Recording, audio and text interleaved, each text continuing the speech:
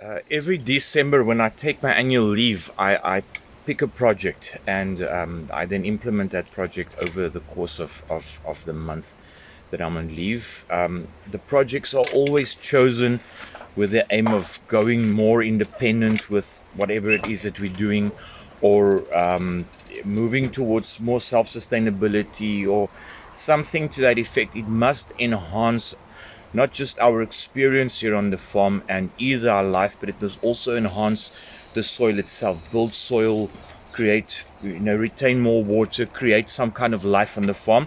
And one of the examples you see there behind me, that tank, is one of them. We have a problem with water on the farm. Um, it wouldn't look like that on the surface because we have water all the time, but the water isn't very sustainable because we need to get it out of almost 100-meter deep borehole with electricity. Ideally, we would want to get the wind pump up and running, but I don't have the funds yet for all the underground stuff that must go in there, which is about another, I don't know, 30,000-40,000 rands worth of pipes and so on that I need to buy.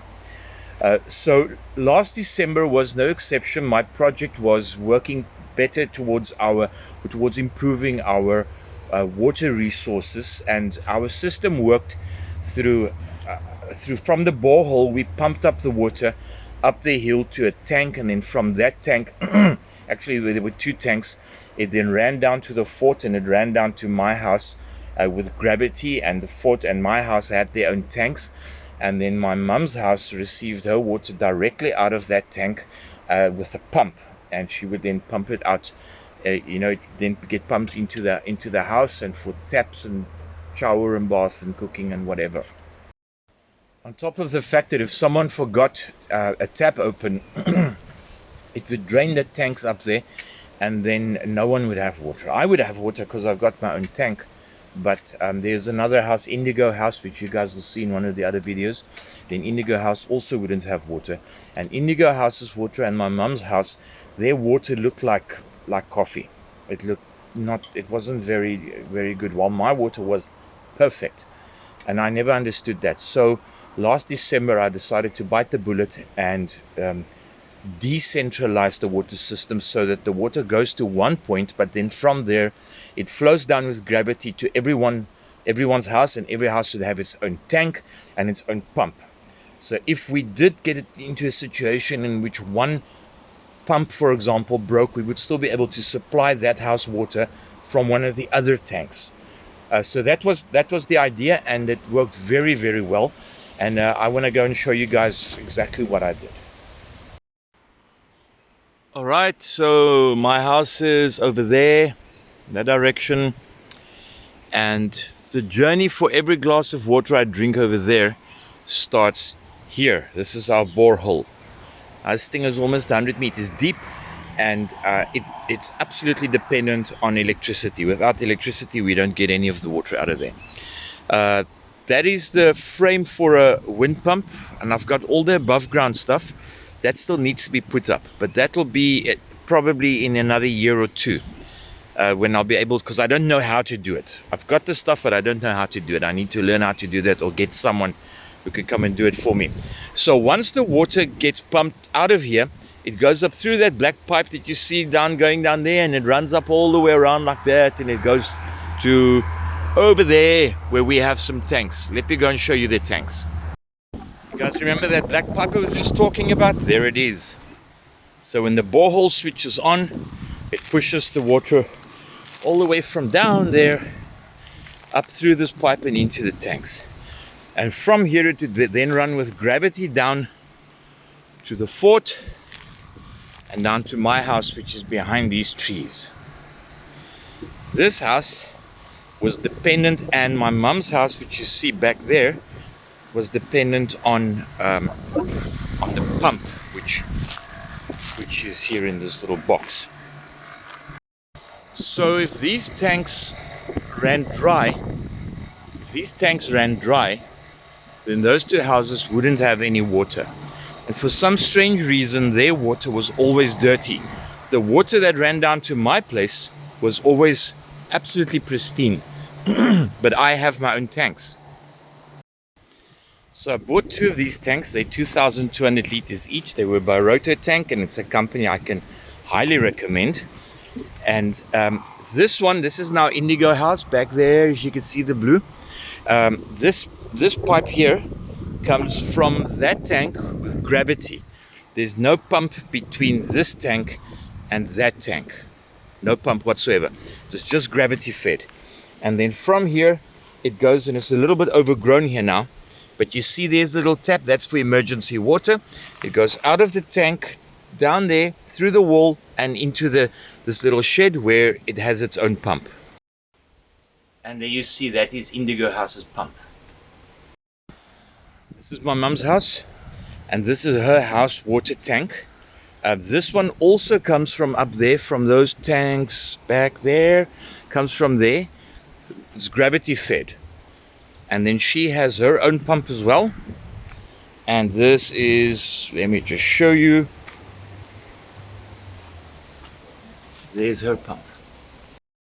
So this irrigation system, this sprayer here, is not using the water coming from this tank.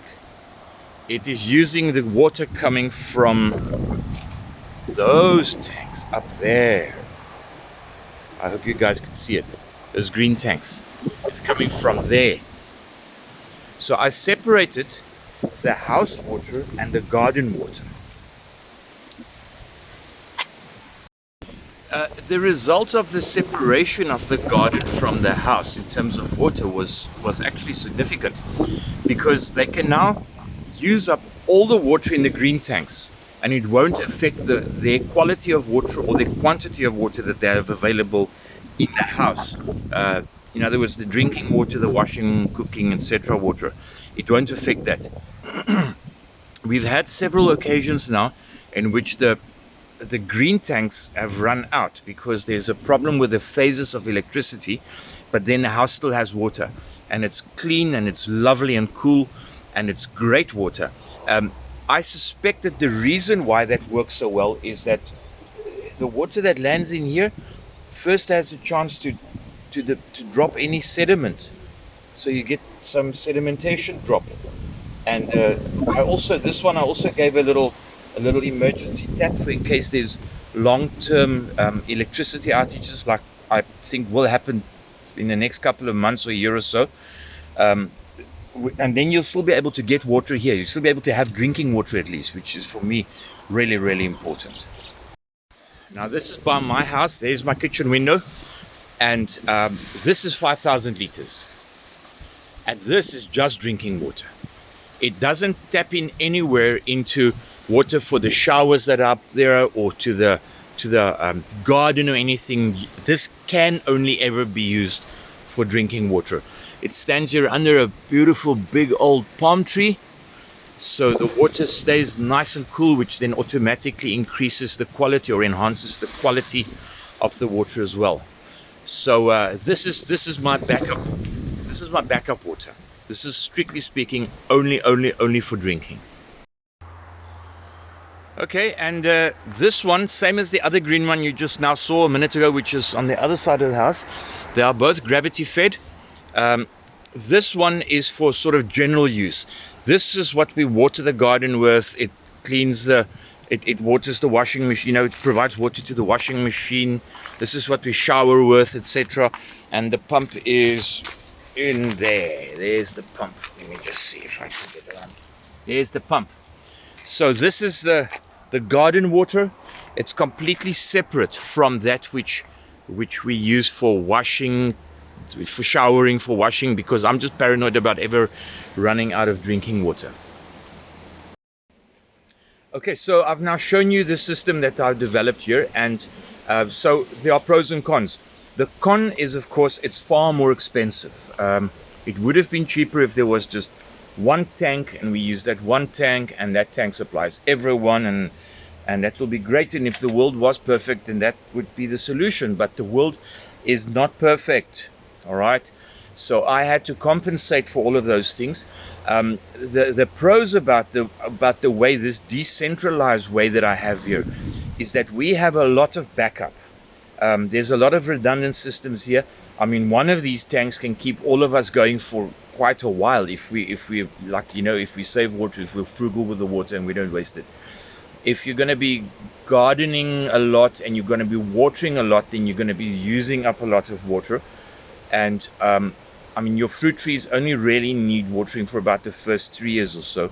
After that, they need to be established.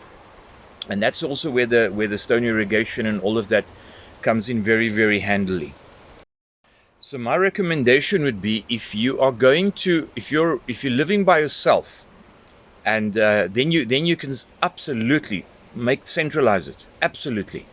But if you've got a lot of other people on the property, you don't know how the other people are going to be working with the water. Are they wasting it? Are they managing it correctly? Are they using it wisely? You don't know those things. And then you need to compensate for human error. And so the way to compensate for that is to build redundant systems in there, to decentralize it, to give each guy his own water. Each of those houses also pay their own electricity. They've got separate prepaid meters in them. They pay their own electricity. In other words, they then also pay for their own water usage by use of the, via the electricity that they have to buy, because their pumps all use electricity. And if the guy doesn't want to use the pump, he wants to go outside to go and fetch water by that little redundancy tap, then I'm fine with that as well. Each of the houses has 2,200 liters of drinking water, or house water, shall we call it. Of course, I'm greedy, so I have 5,000 liters, but then again, I paid for everything.